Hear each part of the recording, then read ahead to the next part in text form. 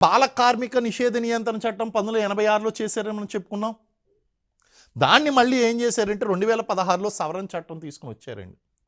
ఇందులో మనకి జైలు శిక్షలు కానీ పెనాల్టీలు కానీ వాటిని పెంచుతూ ఒక ముఖ్యమైనటువంటి మార్పు చేశారు. అంతకుముందు మనకి ఎక్కడ కూడా చట్టంలో కౌమార కార్మికులు అనేటువంటి పేరు లేదు. టీనేజ్ లేబరర్స్ అనేటువంటి పేరు ఎక్కడ కూడా ఆ యొక్క పదం ఎక్కడ కూడా లేదు.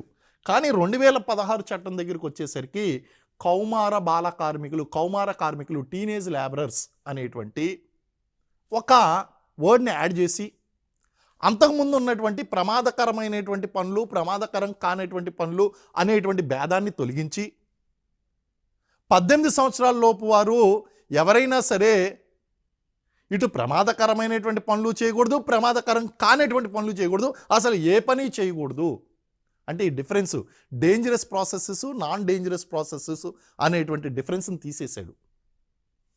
తీసేసి దాన్ని వివరిస్తూ ఈ వర్డ్ని యూజ్ చేయడం జరిగింది. 16 నుంచి 18 వరకు ఉన్నటువంటి వాళ్ళని టీనేజ్ లేబరర్స్ అన్నారు వాళ్ళని. సో ప్రస్తుతం ఉన్నటువంటి కొత్త చట్టం ప్రకారము ఈ డేంజరస్ ప్రాసెస్ ప్రమాదకరమైనటువంటి ప్రక్రియల్లోనూ ప్రమాదకరం కానిటువంటి ప్రక్రియల్లోనూ ఎందులోనూ కూడా పాల్గొనకూడదు అనేటువంటి చెప్పడం జరిగిందండి.